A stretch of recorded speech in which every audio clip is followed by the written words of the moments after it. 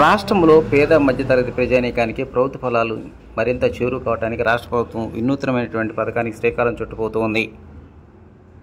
ఈ నెల 30వ తేదీ ఉగాది రోజున రాష్ట్ర ముఖ్యమంత్రి నారా చంద్రబాబు నాయుడు గారి చేతుల మీదుగా P4 అనేటువంటి పథకాన్ని ప్రారంభించబోతున్నారు.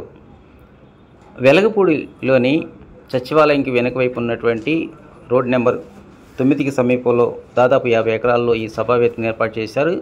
దీనికి సంబంధించి ఇప్పటికే జిల్లా కలెక్టర్ దగ్గరుండి కార్యక్రమం పర్యవేక్షిస్తూ ఉన్నారు. ఎంతో ప్రతిష్టాత్మకంగా నిర్వహించబడిన కార్యక్రమానికి రాష్ట్ర వ్యాప్తంగా మరి ముఖ్యంగా ఒక్కొక్క నియోజకవర్గాన్ని నుంచి 50 మంది పేదలను ప్రత్యేక ఆహ్వానితులుగా ఇన్వైట్ చేస్తూ ఉన్నారు.